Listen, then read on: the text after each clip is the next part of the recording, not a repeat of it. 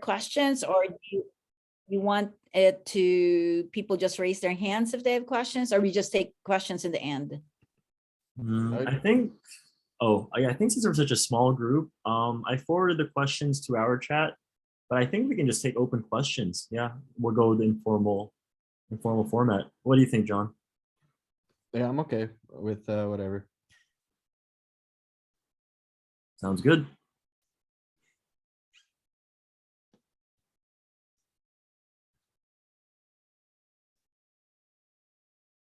And Matthew, you're still here, right? In the United States? Yep, You're in I'm Maryland? still here. I'm still in Maryland. Yep.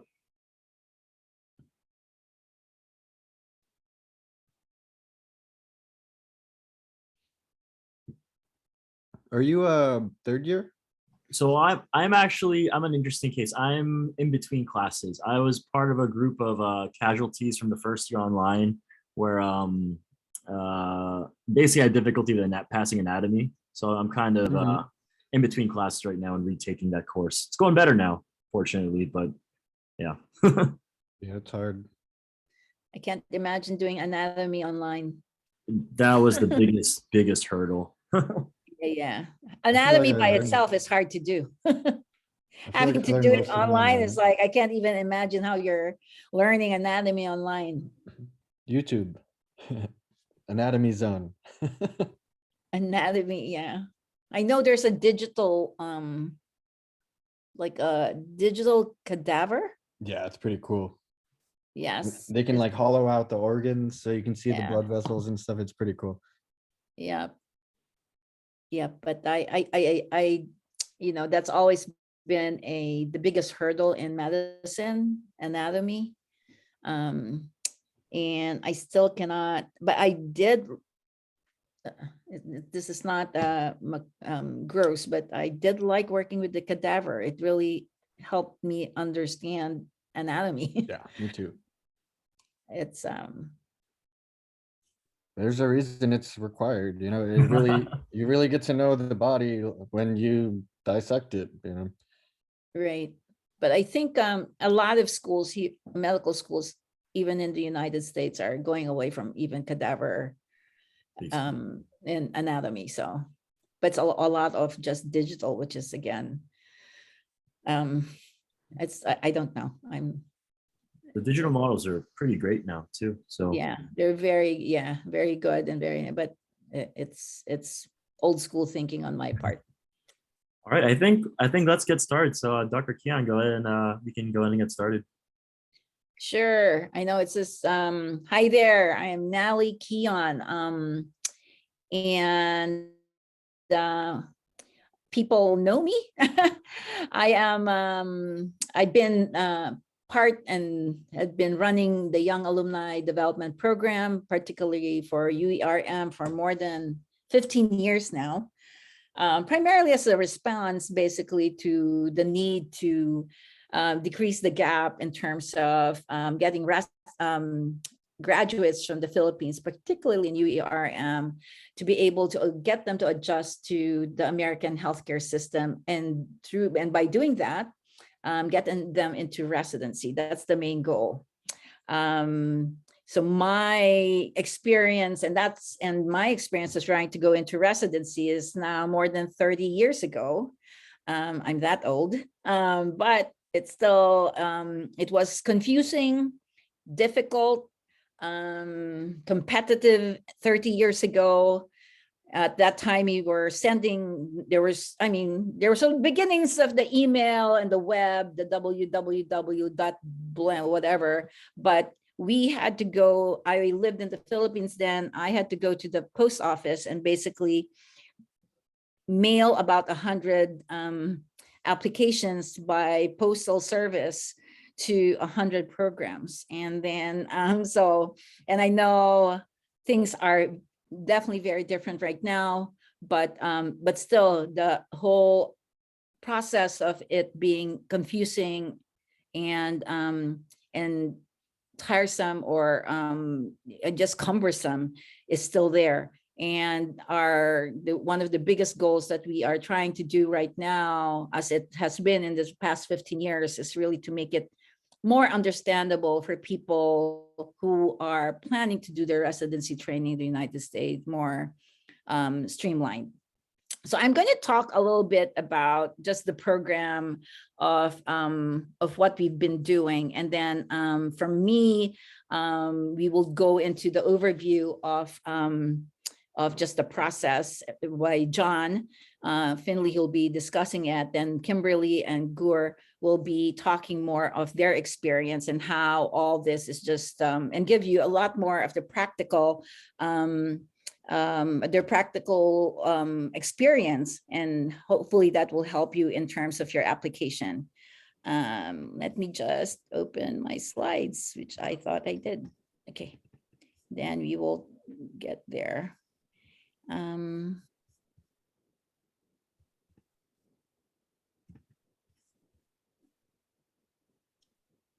There, so. And I'll go through this very quickly. It's just to introduce you to our program. It's basically from the MARVA DC, or the Maryland, Virginia, DC chapter. We've been doing this for the past 15 years. As I said, it's really to introduce you to the American healthcare system, and hopefully also mentor you through the process of going to residency. And I will tell you that for the past 15 years, and we've already mentored more than 100 medical students or graduates. It's that the mentorship does not end actually when you go into residency. There are many times that we've been able to help you through fellowship and or work, or even in just life in general. So I'd like to say that, just because I want you to know that we're still here. And we've done this through many ways, and this post-match post-mortem is another way of also getting into the weeds on how to get of the process. So I think right now these are old slides of mine. So we are probably on the 13th or 14th year of the mock interview. And I know a number of you have gone through the mock interview. And I think this is one of the most helpful things that we do. And we usually schedule that around prior to the beginning of the interview season.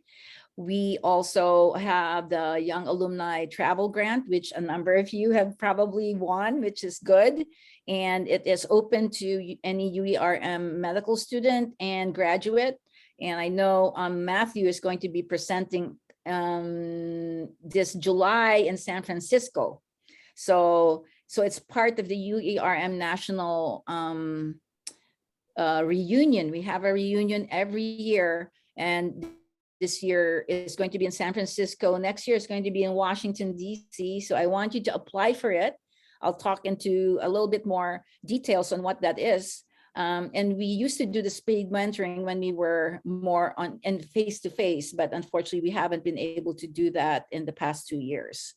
So a lot of people have gone through our program. A lot of people had gotten into different residency programs, and also fellowships. Number of people became chief residents, got into really a very competitive fellowship program. So this is just the beginning for many of you.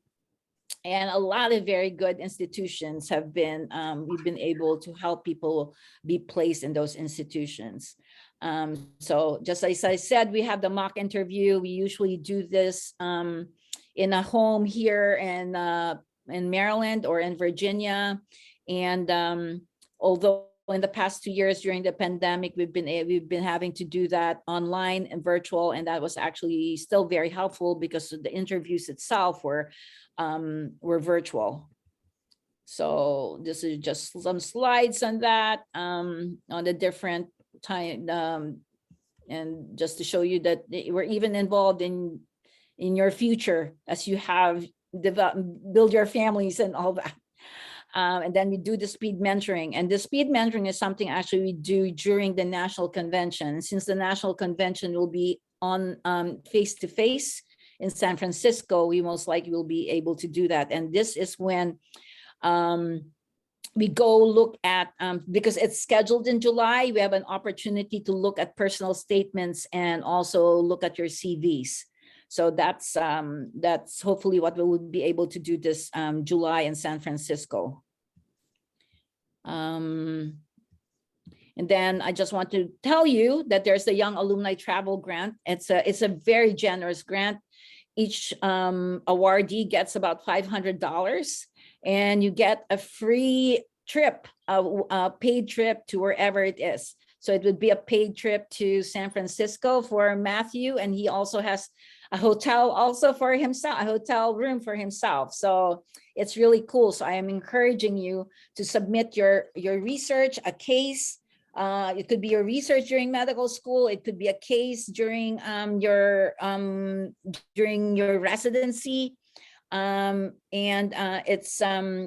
do have a committee that looks at those travel grants. So please do that. It's fun. The reunions are fun. We usually have UERM Ames also. Those who are in the United States attend that also. So they are getting used to already the whole culture of UERM here in the United States. So, and these are just examples of people who have won the travel grant. So in the future, we'll have Matthew Ledda's picture up here. So, and one other thing that we do definitely is the career networking, as we are doing the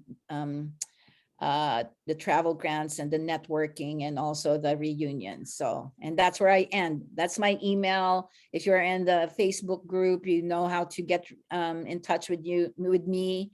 It's not just me, it's a group of other people, former graduates that are also helping me. So we look forward to hearing from you. I am a busy clinician, practitioner, medical educator.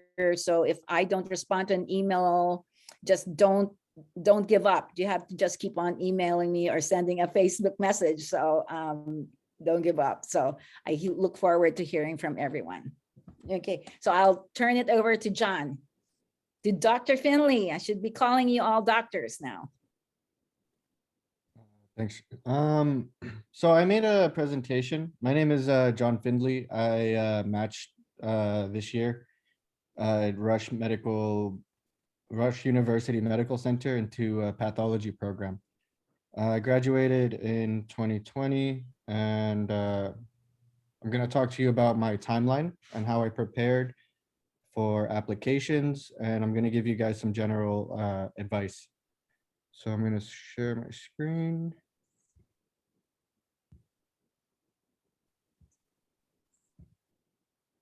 Okay, so just general information. This is my personal timeline. I took step one during third year. I went to school at UERM. I took step one. I had a dedicated study period of the summer between second and third year, but I wasn't ready when classes started back up. So I studied and took my test the week before finals of third year. I wouldn't suggest doing that to anyone. I had the worst headache of my life after that week. But I got a 221, which was average for matching that year. For step two, I took it during fourth year, during clerkship. I did it during my elective period. I did much better. I feel like I was a lot less stressed after taking the first exam. It's like a really big weight coming off of your chest when you finish taking step one. But yeah. So I graduated 2020. I was going to apply that year, but my clinical experience in Chicago got canceled due to COVID. So I got delayed that year. I couldn't apply. I didn't have all of the major requirements. And also they didn't have a pathway for me. So I taught an anatomy class online at my former nursing college in the Philippines. It was pretty cool. I feel like it added a lot to my application. I did 3 months of US clinical experience. I did 2 months of online and then 1 month in person. I worked as a nurse. My undergrad was nursing. This was just the past time after I got all my requirements, and it takes a whole year for applications. Just a heads up, it helps with planning. Yeah, and then I did my OET and my mini CEX, which was a pathway that opened up this year. Dr. Keon helped me to get those requirements, and I'm very thankful. I was able to apply this year because of that, but it was a lot of planning. For me, I started planning during first year. When you first start, I think that it's important to ask yourself these questions. Why do you want to work in the US? Is it family? Whatever reason, because you're going to need to pull on that during school, because school is very difficult. Taking the exams, it's all a very long and difficult process, and you're going to need to have a strong reason to keep going. So how do you do it? You need to graduate, first of all. I personally took step one during third year, but most people take it after graduation. It's now pass or fail. Step two, CK. This is a prometrics exam that you take at standardized testing center. You have to do the mini CEX, which is clinical encounters with a doctor. You have to do the OET, which is an English exam. It's pretty easy. You don't need to study too much if you speak decent English. You need to get letters of recommendation and US clinical experience. They say that you want to aim for 3 letters from US doctors, which is what I did. And yeah, hands-on experience would be the best option if you can find it. If you can't find it, then I would keep looking for it, but in the meantime, do like online clerkships or shadowing in order to prevent any gaps in your preparations. So you need to have certain resources also. I hate to say it, but it's a very expensive process. You have to pay like $1,000 for each exam and preparation. So like 3K. This is US. US clinical experience. I paid 2,000 per month, and I did 3.5 months. And then for one of those rotations, I had to get an Airbnb for a month. I had to go there because it was in Georgia. It was it was just very expensive. And then the OET is also very expensive. It's just something that you need to think about. Maybe speak with your family about when the process gets close by. You need to think about visas. I don't have much experience with this. I'm a US citizen, but it's a very complicated process. It's better to start looking into it earlier rather than later. And then some other resources are connections that you can use. You can cold call, trying to find your US clinical experience. You can lean on doctors or associations that you may know. And you can also get a lot of information from other applicants. In terms of associations, the Young Alumni Development helped me out a lot. I did not try cold calling, but I know that some people have been very successful with it. And a lot of other applicants helped me out with the process. I actually had a really big problem with getting certified with ECFMG because I didn't upload my diploma. Like I had been sitting on it for over a year, and I just didn't realize that it needed to be uploaded, and that delayed me and probably cost me some interviews. So it really helps to have a group of people around you that are helping you out, that you can speak with during this stressful time. Next, I'm bringing up some statistics. If you really do want to work in the US, you need to know what your chances are. And so if you take a look here, these are the percent of people that matched. US IMGs, it's about 60%, 55% for non-US IMGs. So it's more than half, but you're competing with other doctors around the world, so it's a very competitive process. Okay, again, when you do apply, you need to think about where you're going, what specialty you're trying to apply to, and you want to play the numbers game if you can. If you take a look at these, you can see it's where applicants matched. You can look at US IMGs and non-US IMGs. The biggest ones are family med, internal medicine, and pediatrics. Later in the presentation, we're going to go into percentages, but you really need to take this into consideration because some of these things are extremely difficult to get into. Like if you look, let's look at surgery as an example, categorical. So one US IMG and, oh no. So 80, so 160 worldwide. These are all probably people that had outstanding scores, and it's 160 out of everyone in the entire world. Like, so you, it's a numbers game, I feel like. There are some other specialties like PGY2 positions that like derma that some people may feel like it's a good chance. Again, even in the PGY2 matching, it's very rare for people to get into these subspecialized programs. The numbers are just not very helpful. Like if you have an application that's like amazing, you know, it's maybe feasible if you want to play that game, you know, but it's a very expensive process. And when you go for something, your resources, you need to throw all of your resources at it. And if it doesn't work out, then, you know, it's a numbers game. So here, if you take a look at this, these are the percentage of foreign trained physicians that matched. I have a link later. You guys can all get these charts and more. It's from the NRMP database.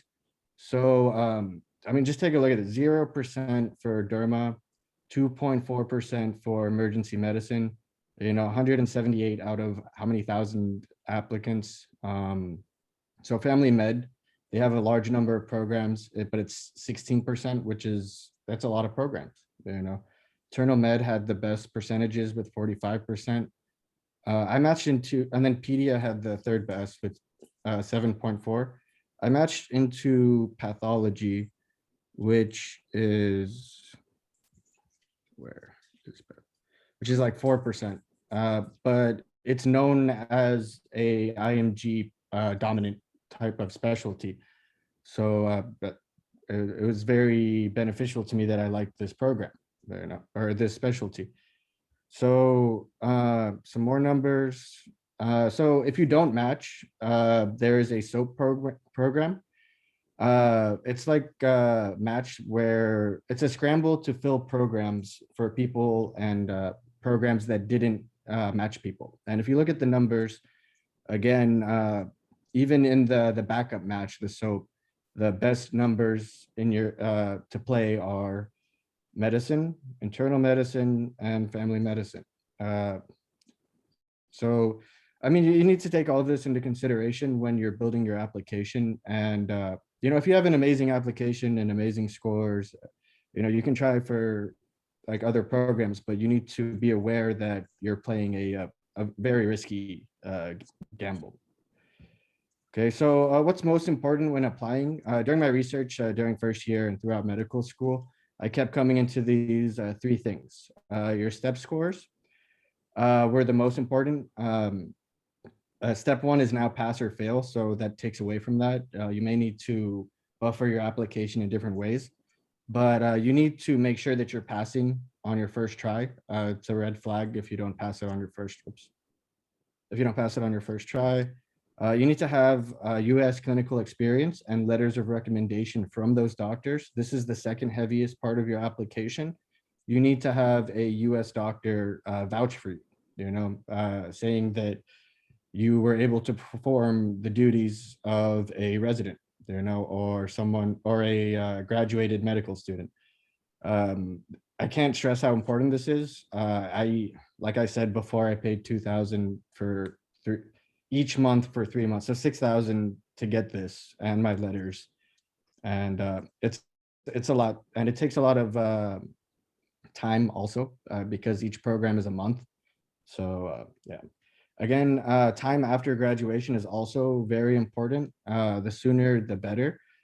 A lot of programs start screening applicants after 5 years from graduation. Like they won't even look at your application. Like you paid them $50 and they won't look at it because you didn't make it through their screening process.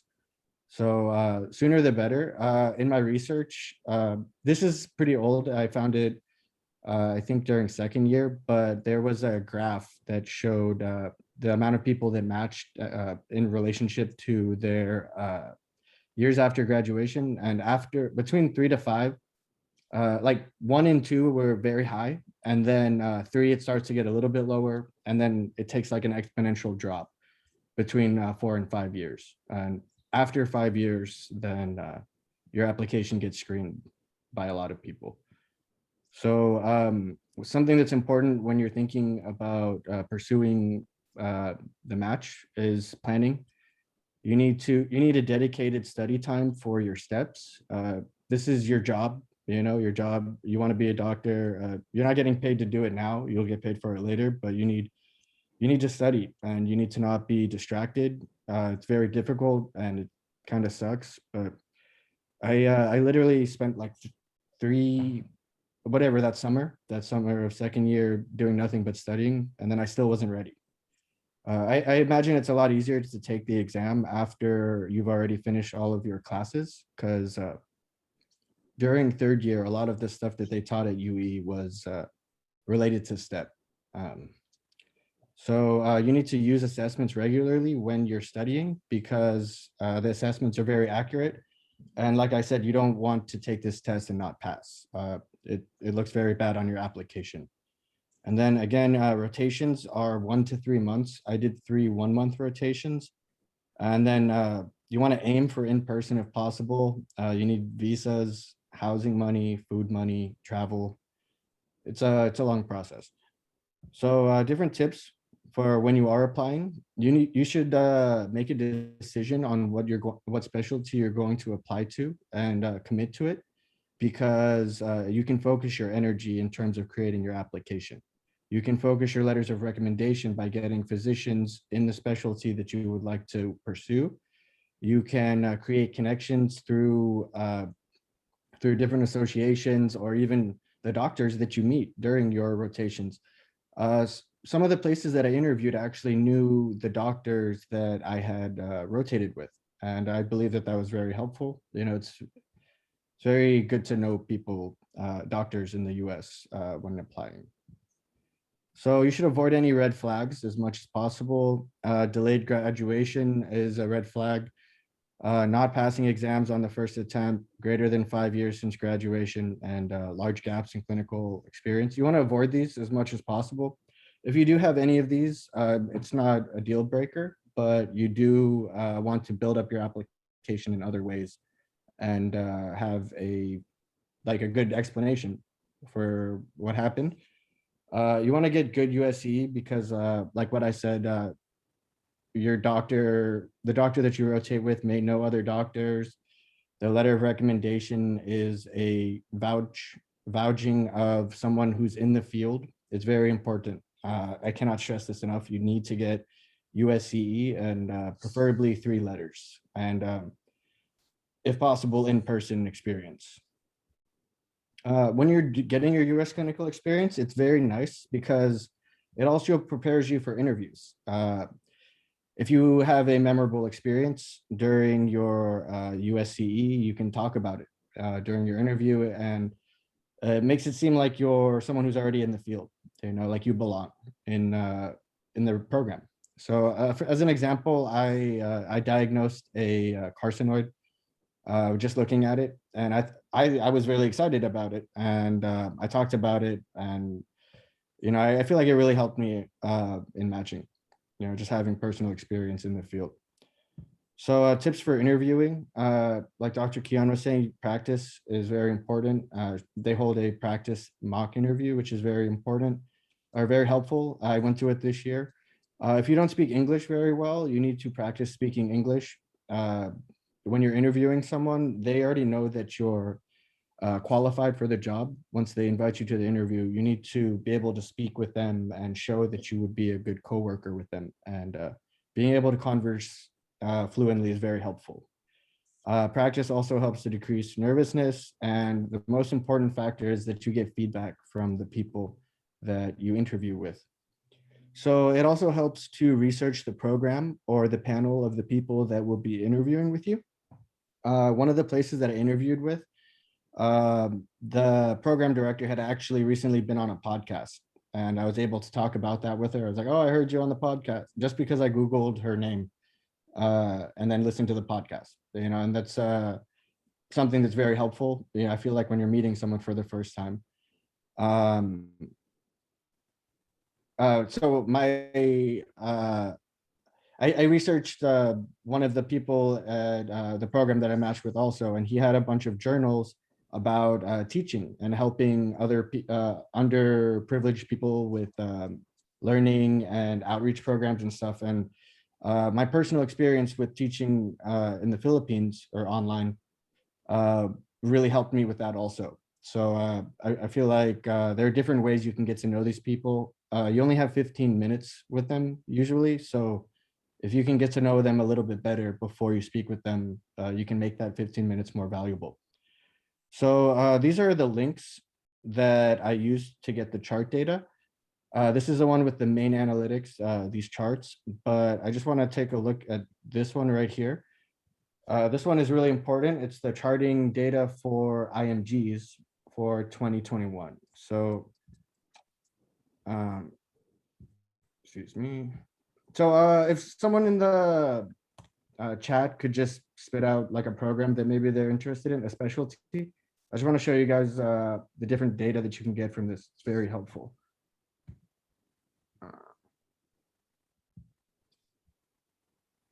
Does anyone have a general search? Okay, so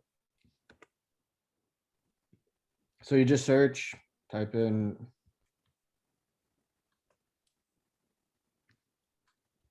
surgery. Okay. Next. Sorry, how do I make this?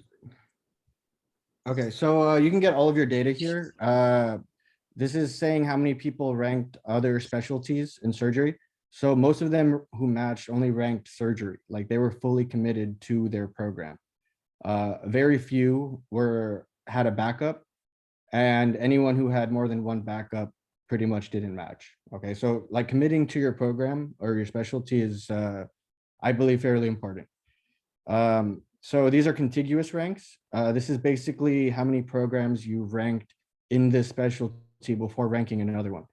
And most of them ranked 16 of them in surgery that matched, like all surgeries. So pretty much all of their interviews were for. John, I don't think we can't see. Yeah. You guys can't see my screen? Yeah, no, they can't see I that, see the graph. presentation, but I don't think the graph. Yeah. Hold on. Sorry about that. Here it is. Okay, so let's just go back. Can you guys see it now? Yep.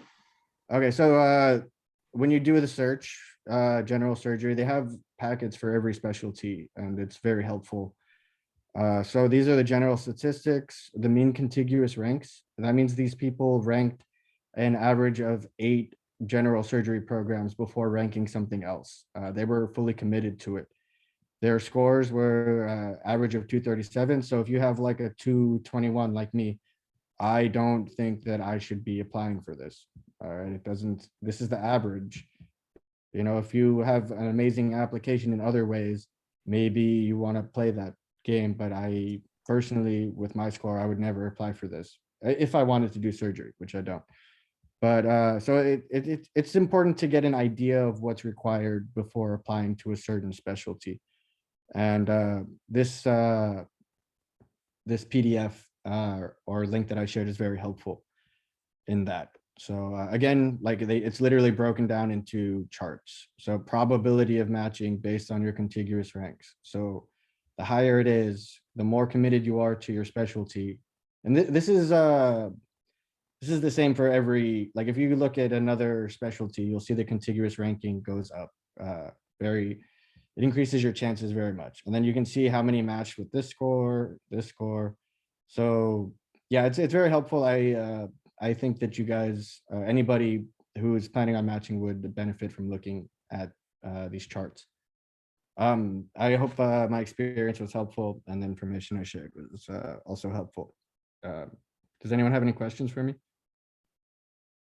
I just want to comment that that's very true. I mean, this is what John was just showing is really, unfortunately, it's a numbers game. It's a lot of the programs when you are submitting your application, it's submitted into like to a database, and they basically can draw a line on where they're who are they interviewing and who they are not, and that the first cutoff is usually based on the scores. So it's just, that's the reality of it. And then something to take into consideration is that step one became pass fail.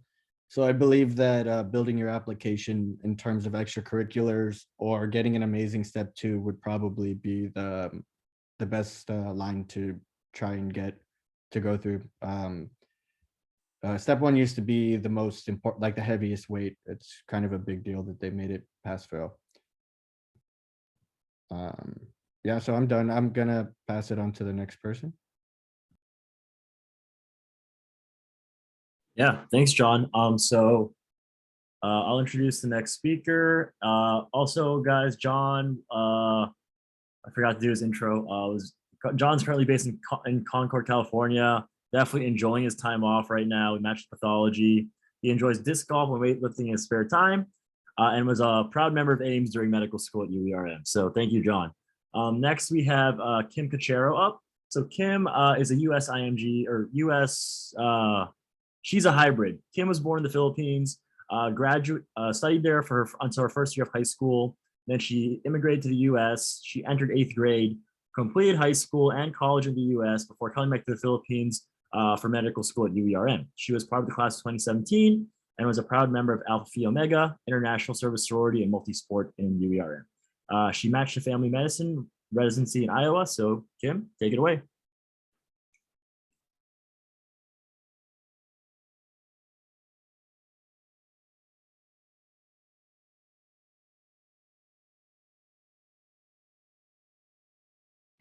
I was Yeah, you're muted.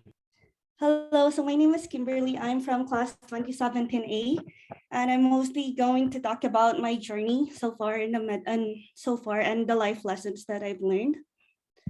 So here's my timeline. I graduated from college June 2012, worked for a year or almost a year in research before going to med school. And then I did med school for 4 years in the Philippines. Did step one, February 2018, step two CK, May 2020, and was ECFMG certified 2021. And then I was matched 2022. But here's what really happened. So I've been a working student since I was junior year in high school. And in college, I worked 2 jobs at a time. My mom said that we can do whatever we want. I'm from an immigrant family. So my mom said, we can go whatever we want as long as we work hard for it. So I paid for my college and travels through scholarship work and loan. And then I worked for 40 hours a week as an intern in a biotech company while being a full-time student. So I'm telling you this because I'm interested in medicine, but I'm also interested in other things. It's possible to do whatever we love as long as we work hard for it. After graduation, I was able to get a full-time job in research before going to med school. So one of the things that I've learned from work is that once we work, that is our life. So might as well have fun with any part of our journey, including med school. So I know med school is hard. Make sure to have fun in med school, even if like the exams are hard. So in med school, I was a double major. I always tell people this. I was a double major in Apple and multi-sport minor in medicine. That's why step one was hard for me. I was always involved in medical missions and doing service project. We were able to like climb. I was part of like a team that climbed mountains even a week before finals. And then, so what I learned from med school, it's cheerful service, and then I expect nothing in return. It solidified my reason to be in medicine. And then do a good turn daily. It doesn't have to be big or like joining a medical mission each time. It's as simple as helping your fellow medical students study for that exam in med school.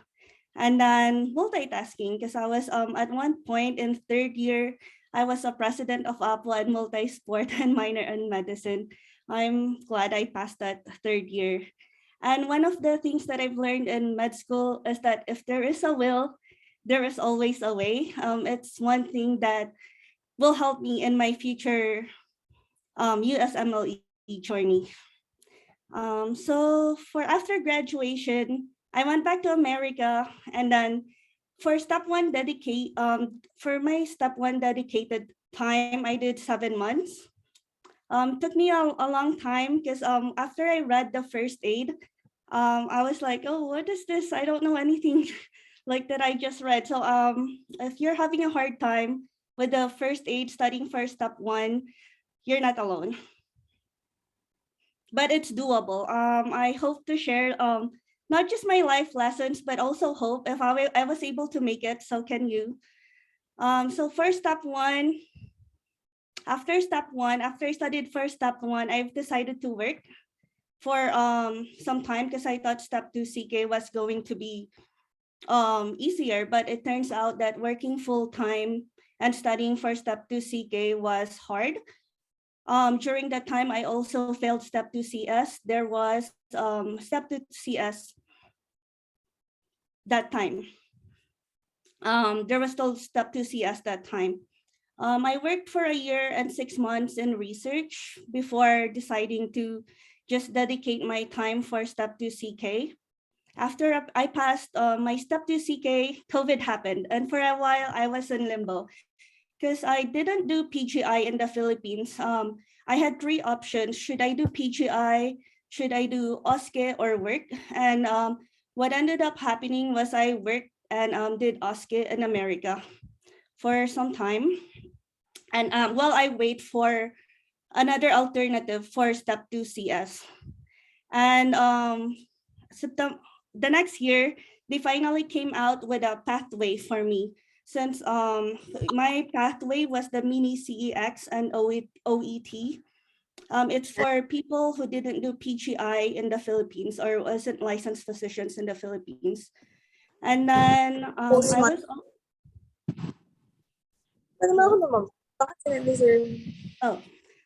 I was also fortunate to be able to present for the UERM conventions through YADP to get the travel grant from YADP. So what I learned from this is growth happens at the edge of your comfort zone.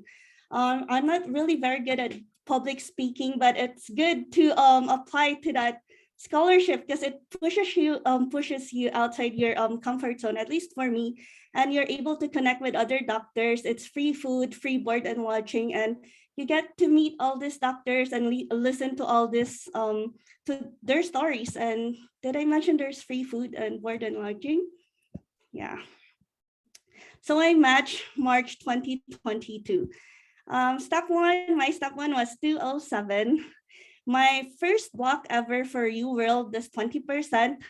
And my UWorld step one assessment was 147.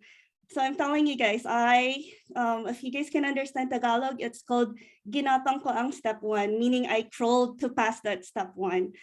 If I was able to make it from this 20% and 147, it's doable. I know just a lot of sacrifice, like what John said.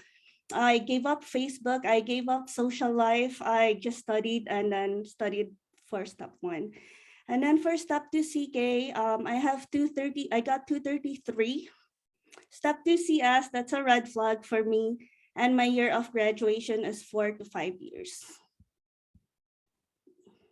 For my US clinical experience, I guess from my experience, there's really nothing, there's no use to dwelling on what already happened. What we can do is to just work on what we can. So for my OSCE, I got my US clinical experience through family and friends. They know people or doctors that, and they connected me through doctors. I also sent out letters to doctors around me. I just Googled family medicine physicians, internal medicine physicians around me, and then got their emails or their address. and then send emails to them and ask them if I can shadow them or observe them. It's better than paying for observership, and you only need at least one doctor to say yes, or 2 or 3. And if you guys need any IM experience or peds, I can connect you to doctors who is okay observing them. Just message me later. So I got ECFMG certified through Pathway 6. I applied to IM and FM, and I applied to 426 programs. I know that's a lot, but I know I also have a red flag, so I just want all out. I just wanted to just go all out. Might as well just go all out if you can. Thank you to my family and for supporting me with this. I also sent out letter of intent telling program that I'm interested in your program. I got 4 interviews out of those for 26 programs that I applied to. And I'm putting this picture here because for one of the interviews that I got, I actually got it through connections. I must have done something good in the past that I didn't even know about until like I got my interview. Because one of the friends here, she remembered me. I organized a medical mission in my hometown every year while I was in the Philippines. And she actually remembered that I was very active with service in the Philippines, and she got me an interview at her program where I actually matched. So lesson from this is that approach and ask for alumni for tips and advice, and words of encouragement. For words of encouragement, there's a lot of alumni or a lot of even not UERM graduates that are willing to help as long as you just ask them for any, like, you don't even have to ask for help, just ask them how they did, or like just learn through their experiences. It's actually fun learning about their experiences and just learning about life lessons. And who knows, like maybe they will give you they will help you get an interview. Like for my one interview, I was able to get it through connection. For the interview process, I practiced with my friends. If you're able to make a small group to practice with your friends, do it. And then there's also the mock interview and YADP. It was really helpful. I attended it. It was really great help. So do practice. And there's no man is an island. So don't be afraid to just connect with people and just talk to other people, approach our alumni. So hindsight is 2020. Some of the common questions that I get asked to PGI or not PGI, it's actually up to you. Do whatever makes you happy. I have friends who did PGI and match, and then they said, oh, maybe I shouldn't have done PGI ship. And then I also have friends who did not do PGI, including me, and then who matched and who thought, oh, maybe I should have done PGI ship. So it's up to you really. As long as you're willing to work hard on your CV, on matching, you'll do good. And then for steps, finish it as soon as you can. I know for me it took a long time. I chose to work because I wanted to pay for my student loans, and then pay for the match, or like help me to earn to save for the match. So that's why it took me a long time. But based from experience, finish it as soon as you can. Sacrifice now. If you have to give up Facebook or your social life, do so. So you can have fun later. And then focus on for me, like based from my personal experience or like opinion, focus on OSCE and research experience later. Getting an OSCE and research is easier compared to finishing the steps. And working full-time or working and then studying for steps is actually hard. So for any roadblocks that you encounter, whatever steps in life that you have, whether it be in med school right now or steps, just keep pushing forward. I know people who did an extra year in med school, who had red flags on steps and still able to match. So just make sure you do all you can before you even think of giving up, so you won't have regrets later in life. If I didn't match, my plan would have been to apply multiple times until my ECFMG certificate expired. At least that's my mentality. And then my plan B was to finish the step 3 or do clinical work, build a stronger application for the next cycle. And then whatever you decide to do, own it and enjoy and just have fun. Because at the end, like, it's not just about medicine, like life only happened once. So make sure to enjoy it, because you're gonna look at it one day and at least you can say, oh, I had a great time in med school. I had a great time while trying to match, or I had a great time while studying for steps. And then so last thought, everything happens for a reason and everything happens in God's perfect time. Don't forget to pray. Don't forget to do self-care. Because I know, like, step 1 is really hard. Step, like, all the steps through to trying to get match is hard, but don't forget to do self-care, because you can't really pour from an empty cup. And then don't be afraid to approach people. There are a lot of people who are willing to help. And you're not alone if you're feeling stressed, depressed at any point of life. Like, your feeling is valid. Everyone feels what you're feeling at one point in life, and don't make sure to pay it forward once you make it. If you guys have any questions or questions, just message me, or I'll leave my email here. And I'll pass it on to the next speaker. Thanks, Kimberly. All right. Yeah. Thank you so much, Kim. So next we have Gore Rai. So Gore is part of the UERM batch of 2018. She is from Quezon City, Manila. She matched into internal medicine at NYMC, Metropolitan Hospital Center. In her spare time, she enjoys photography and traveling. So Gore, take it away. Hi guys, good morning and good evening. I'm speaking from a province deep in the northern India. So if my internet gets shaky, just please do let me know, all right? I'll stop and repeat everything that I would say. And so let me just share my screen. Okay, could you see my screen right now? Yep. Yep. Okay, so let's start with the USMLE steps. So I did my step 1 back in January of 2020, and then my step 2 in 2021. So basically what I did was, of course, you have to do your UWorld.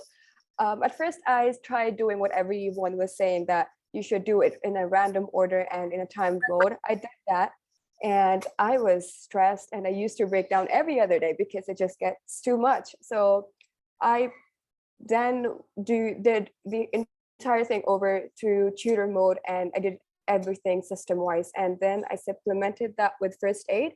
As you know, first aid should only be used as an outline, because when you open your first aid books, it just says what you need to know. It doesn't dive deep to any of the topics. And so I had pathoma, and then maybe this is something that not everyone does, but I went with Kaplan videos.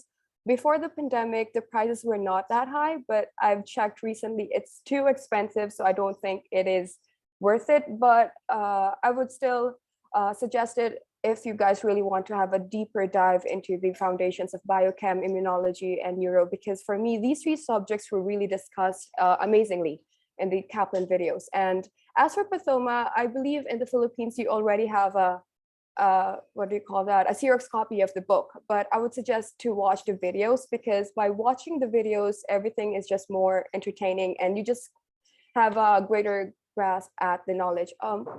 Could you still see my screen, guys? Oh my gosh, what is this? Never mind. Could you see my screen? Yeah, it is still sharing. Anyway, so I was saying, go ahead with pathoma videos if you could. And I also used Ambos Library. It is very good at, you know, they have excellent images and labeling. They have great tables and summaries. So that way it was very compact and organized. As for my step 2, I did not use any first aid. I just use, I mean, I used only the first aid for step 1, did not use the step 2 first aid at all.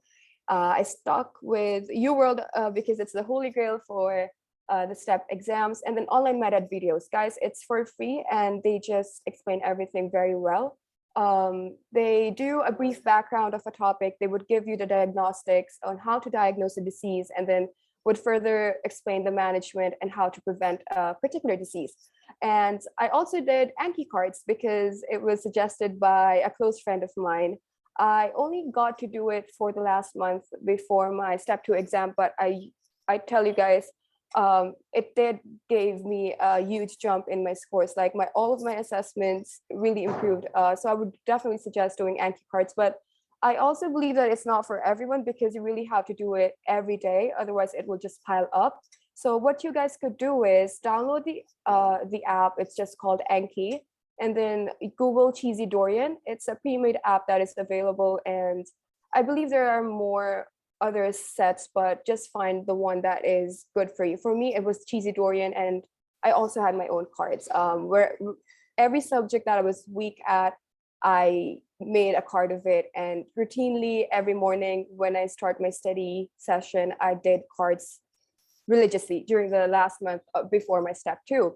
So here's wait, what happened? Yeah. So here's a screenshot of how it looks like. So it says myositis ossificans. So that's the front part of the flash card, and then this one is the back part of it. So basically you can write anything and everything you want. It's your card, so you can do anything. So this is what I used to do. I had a screenshot of the UWorld. You guys should know that when you have the app of UWorld, you cannot screenshot, but if you do your UWorld in Google Chrome, or if you use a browser, you can do screenshots, and it makes note taking very less time consuming, and it's just very efficient that way. So I did that, and as you could see at the bottom part of the table, you have again hard, good, and easy. You can see the intervals are between months and years, and that is because I haven't used my Anki for over, I don't know, a year now. But it would usually be, if the topic is difficult for you, you would just say, again, it's going to show up in a minute. If it's very easy, it would say, okay, in 5 days. You could also set the settings up as to your liking. And that way you would have what do you call the term? It's a spaced repetition, and that is proven as one of the best methods to study for the step exam. So if you're interested, download Anki app and just Google this pre-made card, Cheesy Dorian, or go to Reddit page for step 1. There are lots of other subsets that roaming around that could definitely help you out. And then let's talk about the ECFMD certification, because as you know, because of the COVID, it is not as simple as it used to be, because with CS, you could easily clear your communication, clinical skills by giving the exam. But because of the COVID, that has been canceled, and now you have to do an OET exam plus choose a pathway and then pay the $925 fee. And for the ECFMD certification, again, you do need OET, which is required, even though if you're from the United States or England, even though your first language is English, you still have to pass the exam, because as IMGs, we have to prove that we have the definitive communication skills that is required for residency training in the States. So my resources were YouTube. Just go ahead and watch ET, OET videos, go to their website for practice tests, and just Google this file. I can actually even send it to our chat box after my presentation. I would say it's a very easy exam when it comes to listening, reading, and speaking, but the writing part is a tricky one. I have some friends who did not pass the exam because of the writing subset, because OET is from Australia, and they really have a very specific way of writing the letter.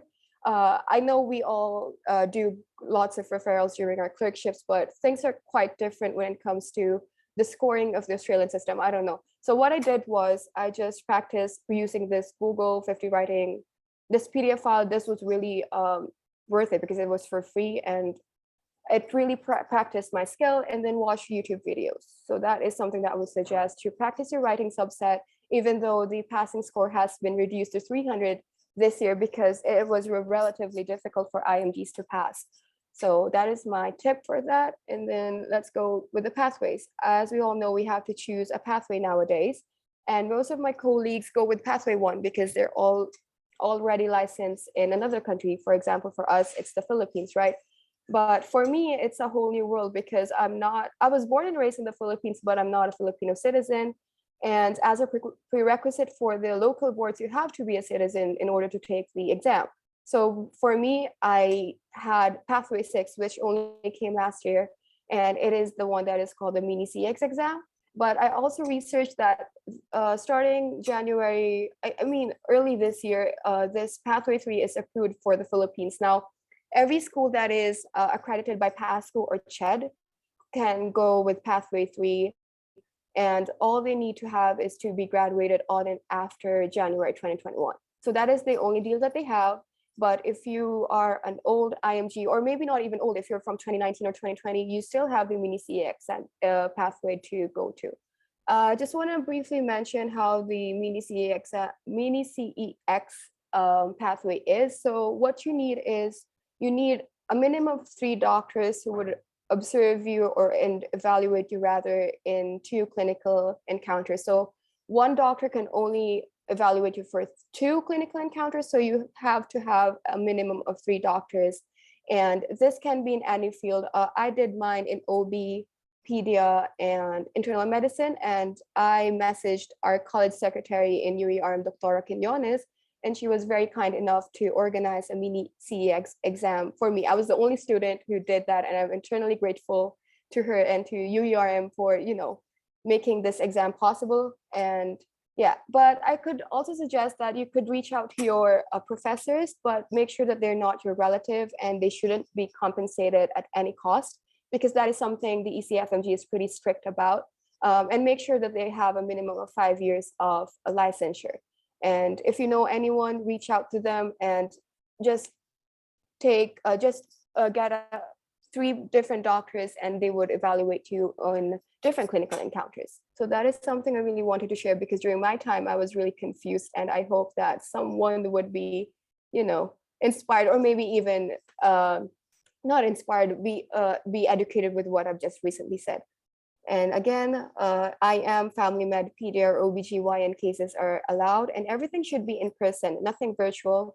Everything should be in an OPD or clinic, ER. In my case, I was in the wards, the UERM charity wards. So I did mine in those scenarios. And as for the USCEs, I didn't do any clerkships during my time. I did my entire clerkship in the Philippines. I did not have any experience in the United States. So I really needed one, because I need to get my LORs as discussed by John and Kimberly, those are really important. And what I did was I got in touch with the University of Miami, and they did have virtual observerships. And during that time, no in-person observerships were allowed. And specifically for the ICU units, you did not have access in person. So even though people were in the States, they still did everything virtually. So I did COVID ICU and ID rotation, and cardio CCU, which was 1 month each. So it was an 8-week rotation with the University of Miami. And they also have internal medicine, endo, hema, onc, and surgery rotation. So if you're interested, they actually do have in-person observerships right now. They're taking students for this July to December 2022. So if you're interested, send them an email at IMI Harrington Training Program at miami.education. And if you want to know what Epic EMR is, it's an online e-chart that is one of the most famous, I believe it's one of the most used EMR in the States. And during my interview, I was actually asked about it, because they were like, oh, so did you really use Epic EMR back in UM? And I was like, yeah. So that is something that you really want to have during your interview, a conversation with the faculty or the doctors interviewing you. And it was a point that we talked about, and it was really nice, because with I really got to know a lot of things about Epic EMR. Of course, we were not able to, we couldn't type notes because we were on viewer mode, but we had access to everything: ECGs, imaging, MRI, CT scans. And yeah, so it was a very nice rotation. So if you're interested, go ahead and send them an email. And then I did another 4-week rotation with JC Medical Center in Orlando, Florida. Again, it was it was just virtual, but the system with the JCMI was really nice. We were able to interview patients, and then it was a group work in a group of, I believe, 10 doctors. Each of us got the opportunity to interview a patient, and then we presented our cases to the attending right after the session. And that was really fun. They do have in-person externships and virtual externships. So if you're interested, send them an email, take a screenshot of this if you want. And yeah, so lastly, how to fill in the gaps. I'd suggest do USCEs. If you can fly to the United States, that would be great. If not, you could still do virtual rotations. Or if you really cannot do USCEs, I would suggest to shadow some professors of yours or get in touch with your faculty from your med school. And if you can, do moonlighting, because I have lots of friends who had amazing experiences with their different moonlight sessions. And that is something that you would have a conversation during your interview. And that is something you really want to have, right? And do research, although I did not do any, I only had my undergrad research from UST and then the second to third year research that we have in UERM. So that was enough for me, I guess. And then I did a lot of volunteer work. I was with Bayanihan eConsulta, which is the online telemed of VP Lenny. And then I did vaccination drives during the COVID. It was the first and the second dose. And then if it's still available, I don't know, because I'm not sure if there's going to be the fourth shot, but if there is, please go ahead, because that is something they really like, apparently. So yeah, that is it. Thank you. And if you have any messages, please do not shy away. Send me an email. And yes, everyone said that you really have to approach people, because that is something I did not do. I was a very, very shy graduate, and I learned my lesson the hard way. So please, guys, if you have any questions, reach out to us. We are very happy to help. And this is my email, and take a note of it. If you have any questions, I would really be glad to help. Thank you. That is all. So let me just stop the share. Is it okay now?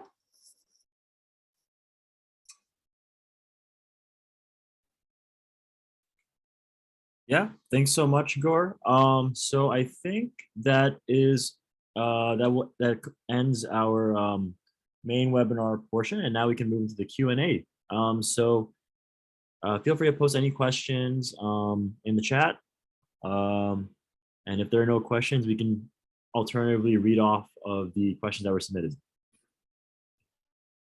Can I just add a little bit more? That is something that I've learned throughout my journey, as I forgot to mention it, because as you are searching for USCEs and contacting these universities, I request you to not go with the agencies. I know it's difficult, but if you could reach them out directly, because my rotations with the University of Miami was only worth $1,200. I mean, I had some co-observers who paid twice the amount of that.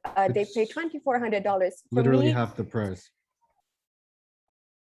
Half the price. Same goes with JCMI. I reached out, it was $1,300. I had my co-observers who paid $2K, $2,300, I believe. So reach out directly, don't shy away. They're really happy to help. And yeah, so that's another tip for you guys to save some money, because this entire process is very, very expensive, guys.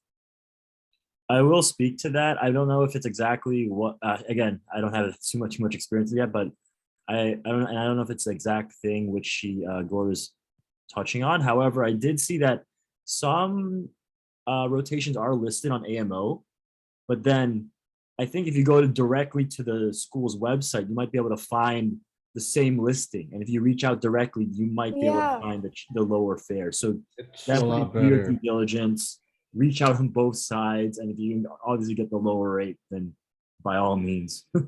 I would say also that if the school is not contacting you, that and you need it, going through the middleman will help, because I know some people who were trying to get into the same rotation as me, and I paid the middleman and I got in, and they said they weren't able to. But in general, I definitely agree with Gore, and you guys should definitely try and reach out first if financials are very important.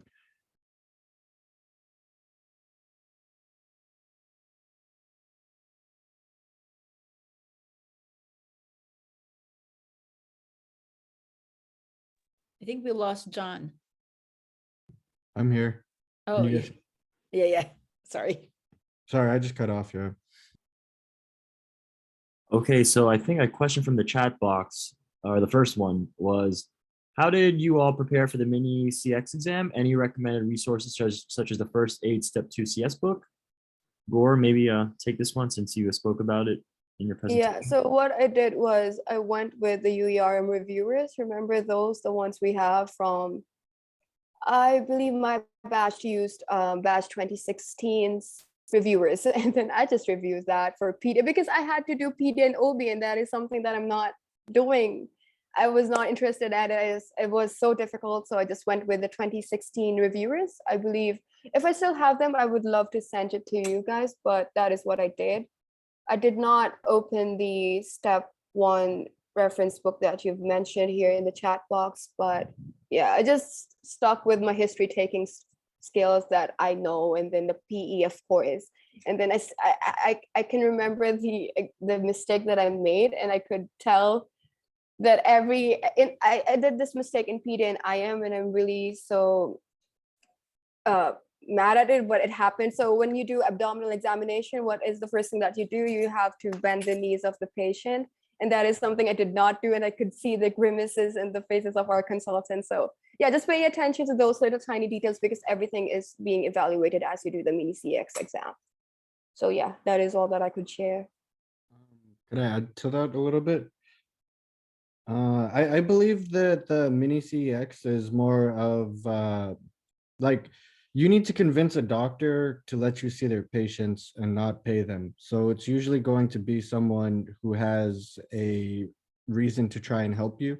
And also, like, it would take you a lot to really mess up and not pass the CEX because the doctor already agreed to give you their time.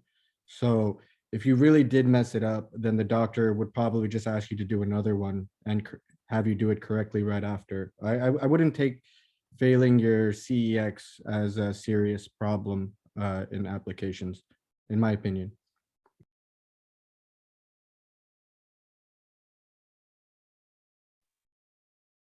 All right, so I think we'll take Ryan's question next. So Ryan's a US, he's a Phil-Am second year medical student. He's never done research, but wants to take STEP during the summer. So he's kind of around your timeline, John, year 2, year 3, thinking of taking step 1. He's wondering, should he research over the summer or work in a hospital to get clinical experience? I would say that if you're planning on taking your step during your summer, you should just be studying. You don't need to worry about gaps in education when you're already in school. So you could literally just use that time to study. You don't need to do that. But I do believe that research is one of the heaviest criteria, if you can get it, that will really help you, especially if you're applying to programs at universities where research is important. If you can carry a conversation about research, it looks really good in an interview.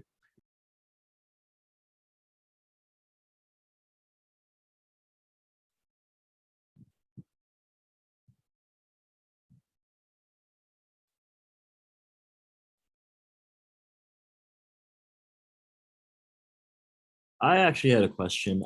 So I think I've heard of the 4th years timing or taking an NBME or a shelf exam.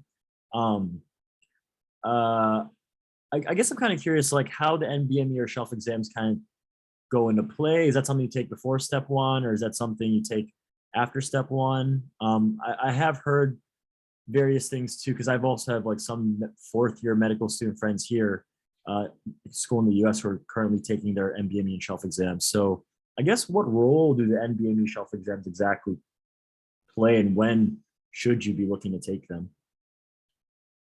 Personally, I believe that taking an NBME is important before your dedicated study. You need to know what level you're at, and then you need to take one. Like I would suggest a minimum of 3 NBMEs, because if you take it at the beginning, you know where you're at. If you take it in 2 or 3 months and you don't see an improvement, you know where you're at. Maybe you need more NBMEs. Maybe you're passing, but you're not getting the score that you want. Studies for another like month or 2. Take your 3rd one, and if you're ready and you're getting the scores that you want, then go take your test. Like it is a very stressful period, but the NBMEs are extremely accurate. I got the same exact score as my first passing NBME, and like I scored higher on my assessments from UWorld for step one. It may be different now that it's pass and fail. I don't know how they're doing the NBMEs, but for step one, I got the same exact score as my first passing NBME. And then for step two CK, I got the same exact score as my UWorld number one assessment. It was ridiculous at how accurate it was.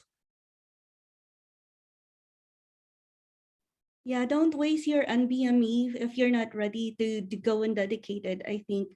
Because it's pretty much the scores for NBME correlates to what you're going to take. So if you're going to retake NBME in the future, it might throw off your scores for future I totally agree with that. assessment. You might be lying to yourself if you're taking the exam over again. You know what I mean? It's a lot of people do that also, so they can try and feel better about their NBME, but you want to get the most honest feedback you can get because it's accurate. That's great. Yeah, and if I may add to that, don't take the offline NBME exams because that would not do you any good. As John said, it is very predictive of of the score you're gonna get in your actual exam. So please do not take them the offline way. I know it gets expensive, but this is something that you really have to pay for because it just predicts. My score was on the dot with the NBME, not with the UWorld, but definitely with the NBME. So do not take the offline tests because I've heard that people are doing that and that is not doing you any good.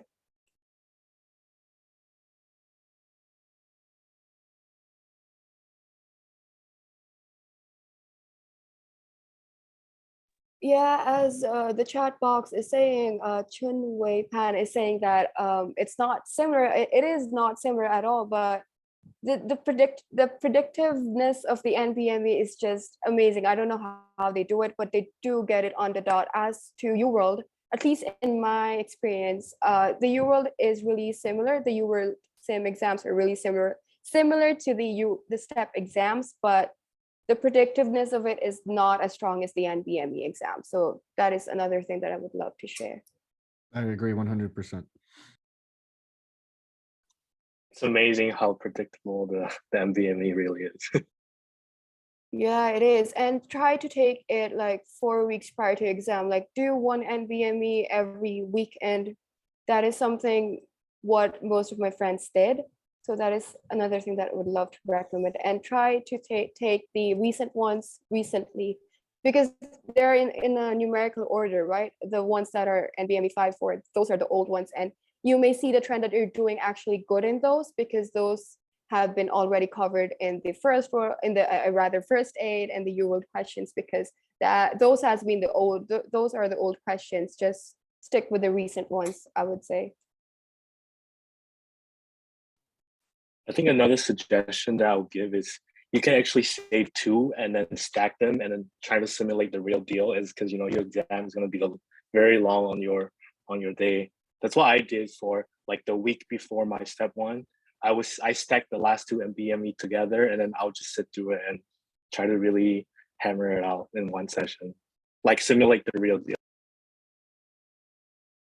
Totally agree with Will there. Yeah.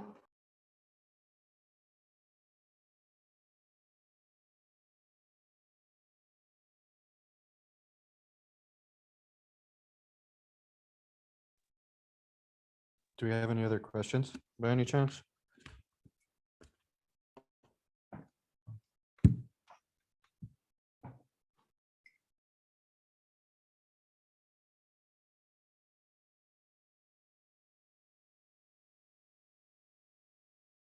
Let's see, once, twice. Let's try to pull one from the participant respondents that hasn't been addressed yet before wrapping up.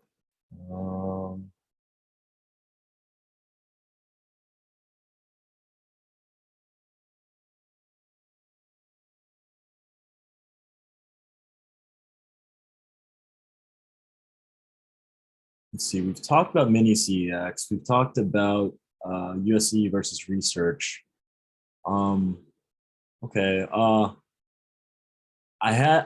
there is a question about, okay, tips for couples match, or also just any general, another one is any general tips to practice and improve interview skills. Oh, I was actually going to include something about the couples match in my presentation. If you go to the links that I sent, there's charts on the couples match. And it literally breaks it down into the applicants that both matched, where one person matched, and it's very informative. I would suggest if you want some data on that, going to the link that I sent, one of the links that it was the first link in the one with the data analytics.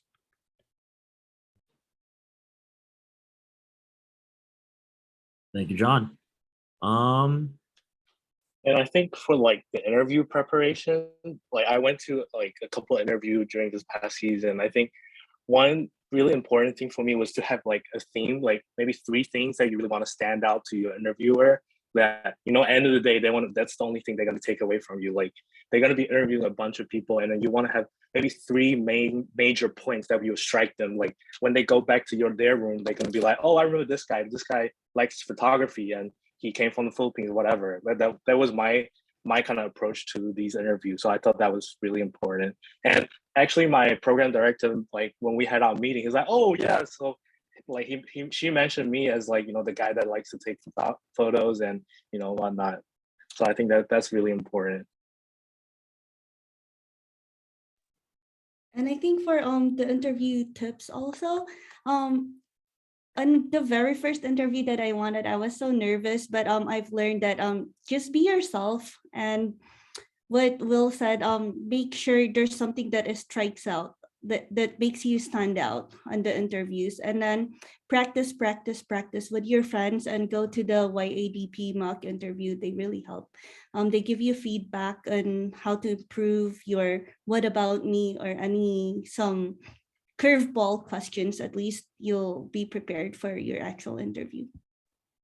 I would also suggest scheduling if you have a lot of interviews, or like, I know if you don't have a lot, every interview is extremely important, but the ones that you like want to match at the least, you would want to interview there first to get more practice, because like Kimberly said, I was very nervous on my first interview, but every single interview after that, it was like I was talking to friends. You know, they weren't very serious. They just asked some questions, and just being very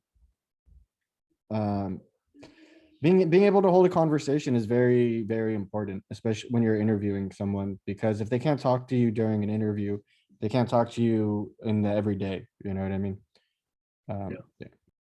I agree. And I think like before your interview, usually have this like social events, and it's always a really good idea to attend them, so you get a good grasp of what they really look for in the applicant, and that will be something that you can actually talk about the next day to your interviewer.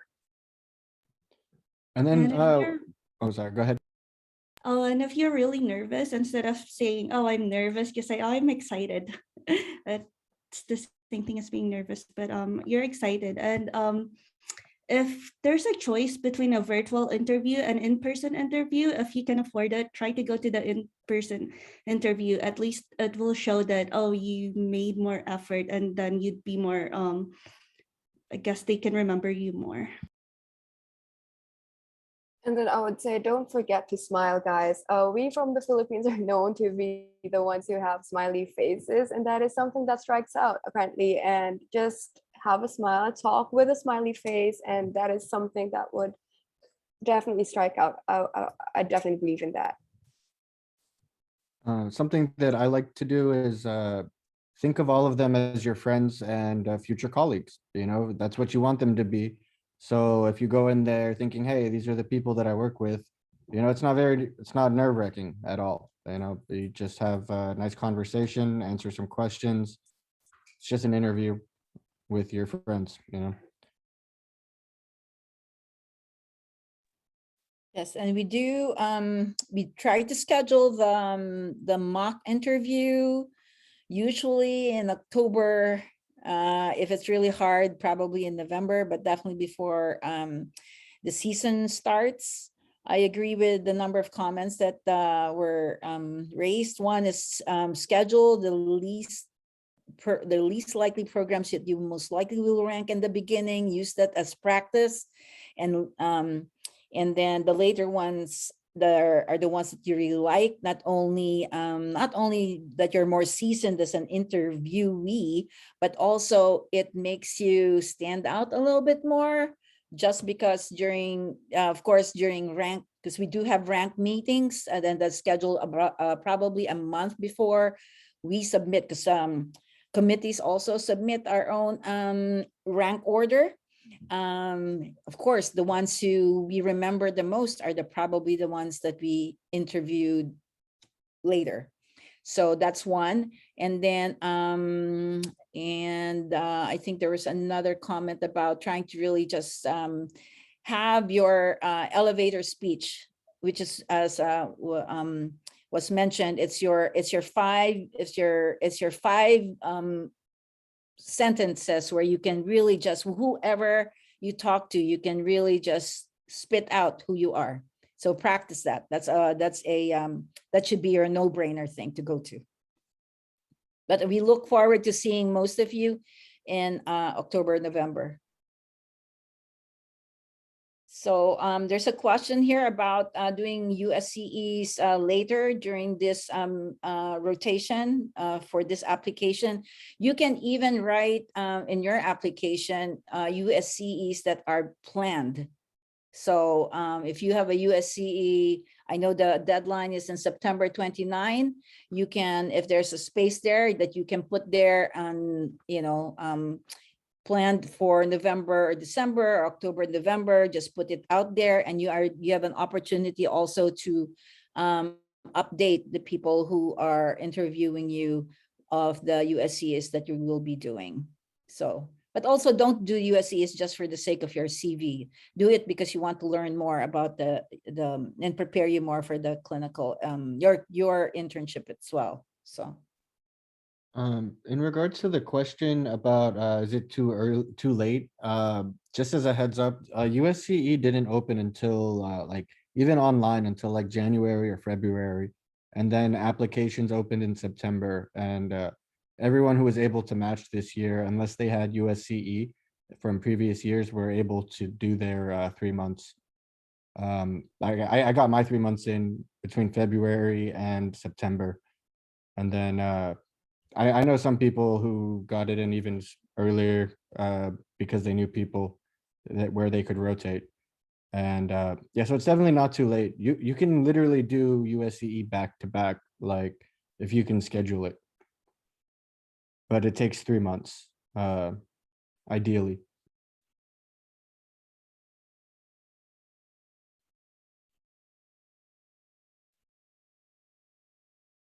In terms of the OET and mini CEX, I didn't study for the OET. Like I studied it for like 2 days to look at the writing because everyone said that the writing is weird. I looked at the 50 writing samples and literally took my test like the next day, and I got one of the highest possible score. Like it's not the most difficult thing. I wouldn't worry about it too much if you know how to speak English.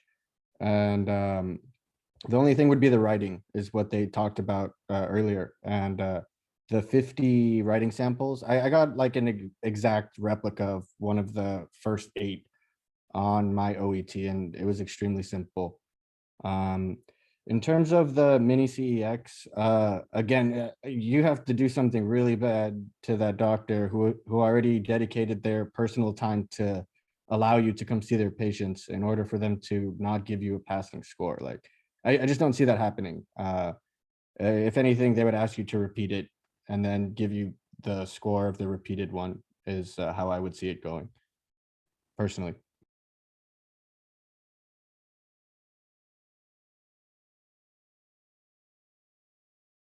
And if you are in the US, don't hesitate to get in touch with me. I do have a couple of UERM graduates here in the Maryland, Virginia, DC area who would be able to help. Yeah, Dr. Keon helped me out like within a week of opening of the pathway. I just drove up to Washington, DC, and within 3 days of being up there, I had all of my requirements and I was able to apply. So if you're able, if you're mobile, if you're able to move around, like it's a very good resource. She's very helpful and extremely fast. I was shocked at how fast it was, to be honest.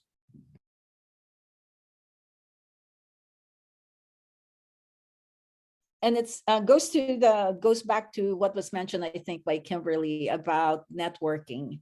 So you're graduates now, you're doctors. You have to reach out to people. That's why we're here. You'll be surprised. There's a lot of people who are actually willing to help. You'd like to see you succeed. So don't hesitate.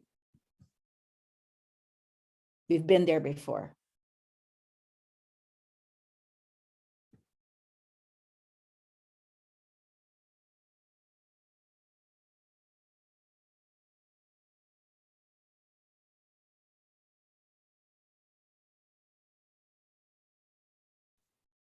No other questions?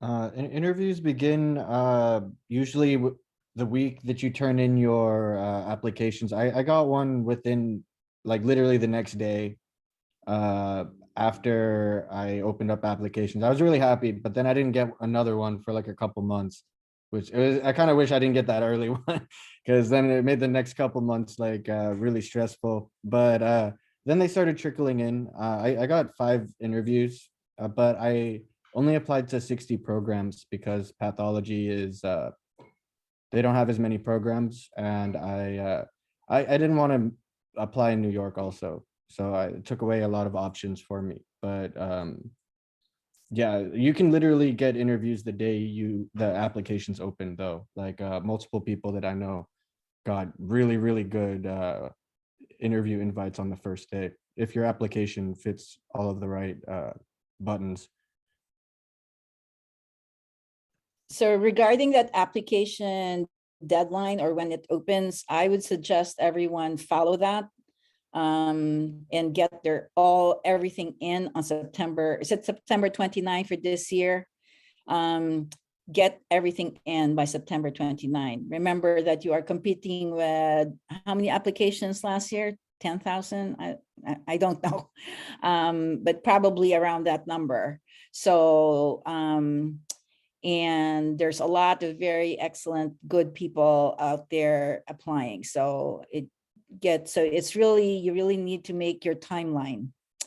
When you're applying also, what I would suggest with you for everyone is, and I know it wasn't mentioned, and how you choose the application programs, it's very important to look for IMG friendly programs. I know it's not, I won't keep you from applying from great university programs, but they do have to have a history of accepting IMGs, or else you'll be throwing away your $50 unless you are really top of everything. But again, you're top of everything compared to top of everything for the whole world. So that's just keep back in your mind. If you are going to be applying for really competitive programs, you also have to be applying for non-competitive programs, or else you'll be throwing away that one this year. And you might have to do another year of applications, which nobody wants to do. You don't want to spend another $10,000 the following year. If you can get your one foot in for, if you are dead set on becoming a dermatologist, you still have to get your foot in. Okay, whether that's going to be family practice, do it, because that is your foot in. Your 1 year of family practice with good clinical experience is better than not doing anything. Mhm. I just want you to remember that. I've had to mentor a couple of people this year who said, no, I'm only applying for surgery, and they are unmatched. Okay, so you really have to have a backup in your mind, or else you're throwing money and you're wasting time. So So that's just something I do really want to stress out. And don't just go for the university programs. You need to do the IMG friendly programs. Following on what Dr. Kian said, so I do have some friends who only apply to family medicine, and then they wish that they apply to family medicine and IM. And then I also have friends who applied just to IM, but then they wish that they applied to both. So I guess like if you can afford it, try to like broaden your net as possible. And for primary care, IM and FM, there's always a fellowship. If you really want to go to derm or jet surge, you can always transition or like apply to the next cycle. At least you have an experience. It's better to go match than unmatch. Also, there's a question in the chat about Frida. I didn't use it. I paid for match a resident for both FM and IM, and then looking back, it's actually better to just use Residency Explorer. And then if you have the time, just actually research the program, the actual specific programs, because it's better and it's cheaper. Also, for your personal statement, if you can add at least 1 or 2 sentences and just put your the name of the program in there and then why are you applying, I think that will help. I learned that after I applied. So regarding the question, I think Residency Explorer is the best also. I agree with Kimberly. What I did was I set a screen for programs that only accept, like, that had a minimum of what my score was, like that was the average, because they have score ranges that you can look for. And then I did a screen for at least 20% US IMG or FMG, and that's how I found IMG friendly programs. If you make a profile on Residency Explorer and you put in your score and stuff, it'll actually already rank them based on the percentage of how many residents fit your category.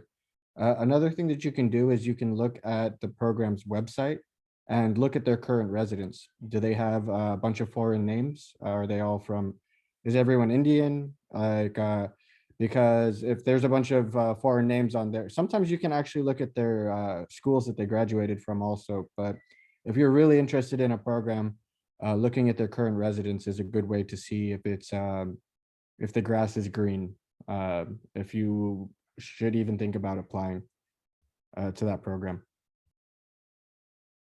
Also, I at least for FM and IM, you really want to aim at spreading out a wide net, like Kimberly said. You want to apply to as many programs as you can.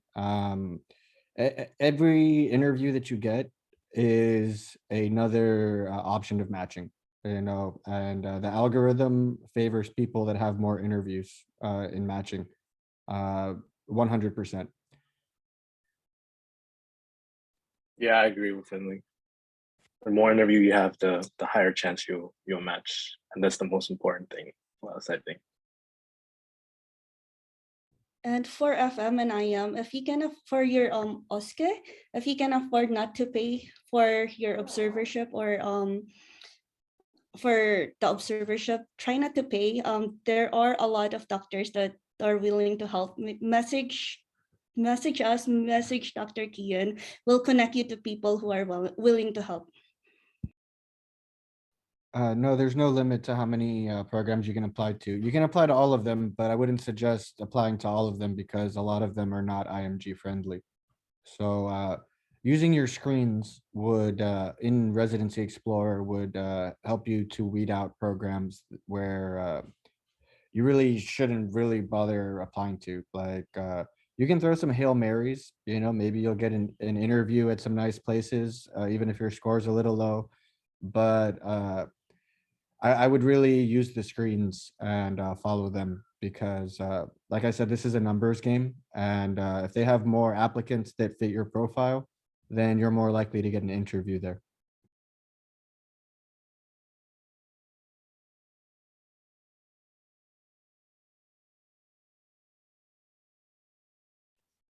Personally, I wouldn't recommend Match a Resident. I used it maybe 2 times early in the season and then never looked at it again.